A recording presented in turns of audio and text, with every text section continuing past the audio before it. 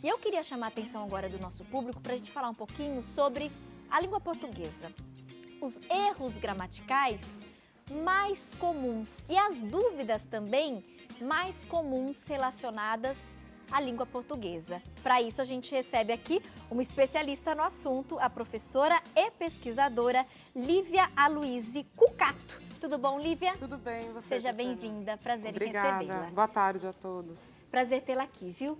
Lívia, a gente percebe hoje a questão da língua portuguesa, a forma culta, né, que muitos advogados, profissionais, dependendo da área, precisam falar corretamente, de uma maneira mais culta, mas a gente também percebe aquela questão das gírias, aquele linguajar próprio de algumas regiões, que não é considerado errado, né? Porque faz parte da cultura daquela região. Mas quando a gente fala em algumas profissões, de fato, esses profissionais precisam no seu dia a dia trabalhar e exercitar a linguagem mais culta, certo? Sim. Existe um mito em torno da língua portuguesa. Na verdade, não existe uma língua portuguesa só. A gente pode dizer isso. Existem vários dialetos. E a norma culta é exigido, né, em algumas situações de comunicação. Então, por exemplo, numa entrevista, em determinados trabalhos, a gente tem que dominar a norma culta. E eu fico muito chateada quando eu converso com pessoas e elas me dizem, eu não sei falar português.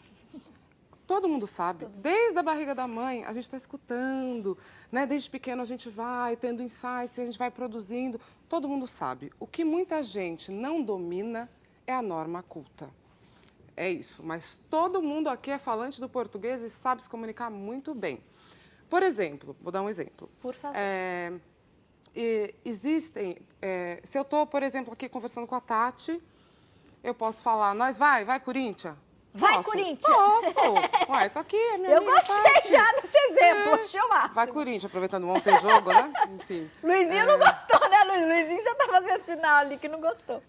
Por exemplo, então, uma situação informal, um churrasco em casa, eu posso falar, nós vai? Eu posso, claro, eu posso me comunicar do jeito que eu quiser, sou livre, né? A língua é livre. Porém, numa outra situação, eu já não vou poder falar isso.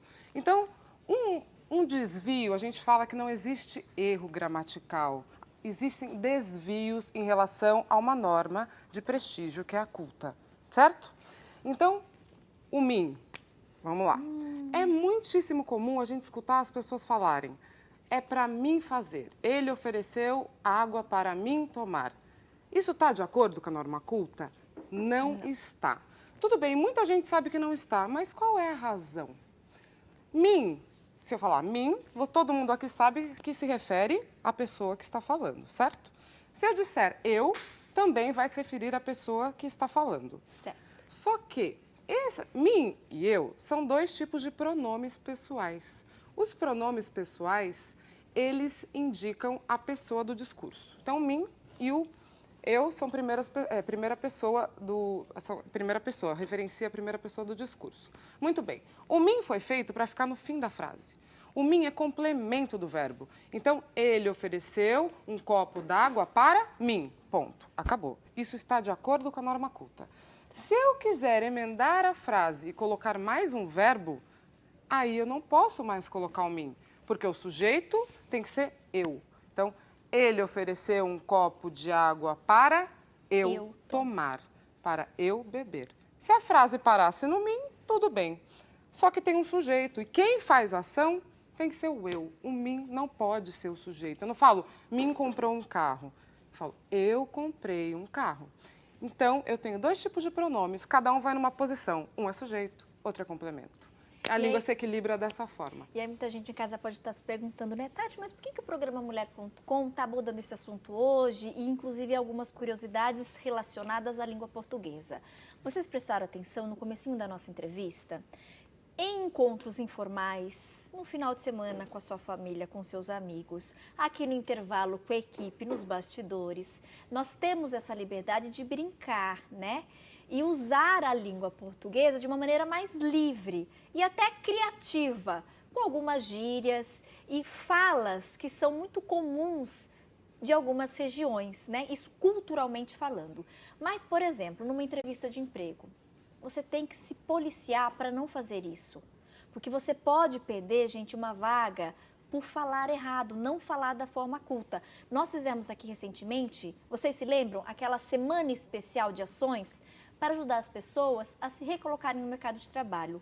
O número de desempregados no Brasil é muito grande e tem muita gente buscando ou o primeiro emprego, no caso de muitos jovens e adolescentes, ou buscando a recolocação no mercado de trabalho.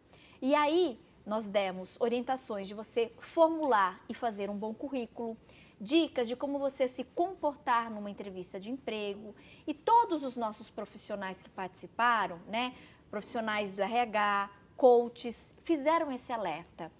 O que falar na entrevista de emprego, a pessoa tem que tomar muito cuidado. Não em relação à questão técnica de conhecer sobre aquela vaga ou sobre aquele serviço específico, aquela atividade específica, mas também como ela vai expressar, como ela vai usar as palavras. Por isso, a professora hoje aqui no programa, para despertar em você essa atenção e essa curiosidade. Na hora de fazer, por exemplo, uma entrevista de emprego, você se sair bem.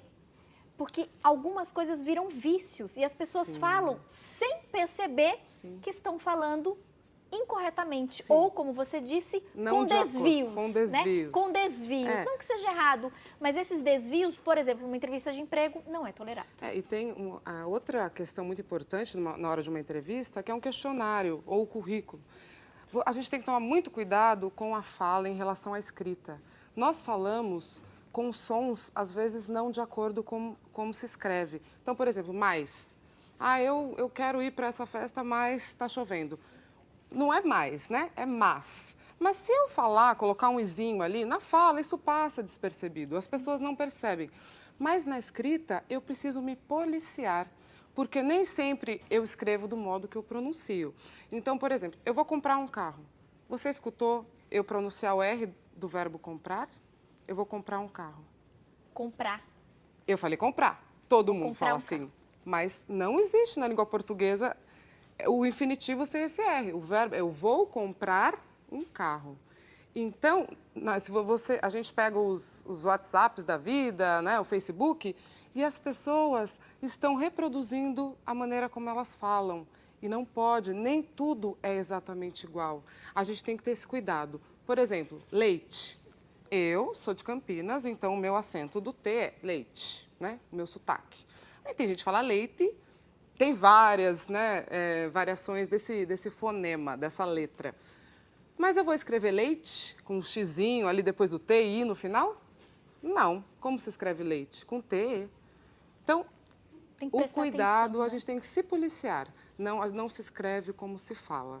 E aí fica, então, esse alerta para você que está nos acompanhando, pensando mesmo nessa questão do adulto, da pessoa que busca uma nova vaga aí de emprego no mercado de trabalho. No próximo bloco, a gente vai continuar esse bate-papo, mas fazendo um alerta para as crianças e para as mães dessas crianças. Você comentou hoje do WhatsApp, né, essa questão desses aplicativos de celular, mas o videogame e as crianças muito tempo, né, ali também, nesses aplicativos, elas desaprendem muito rápido. E os pais têm que ficar atentos, porque senão a criança começa a escrever do jeito que ela está falando, e aí ela escreve errado. Isso pode comprometer muito o aprendizado, e inclusive lá na frente, uma colocação no mercado de trabalho. Então, já a gente vai continuar esse bate-papo. Permaneça comigo, tá bom? Já eu volto.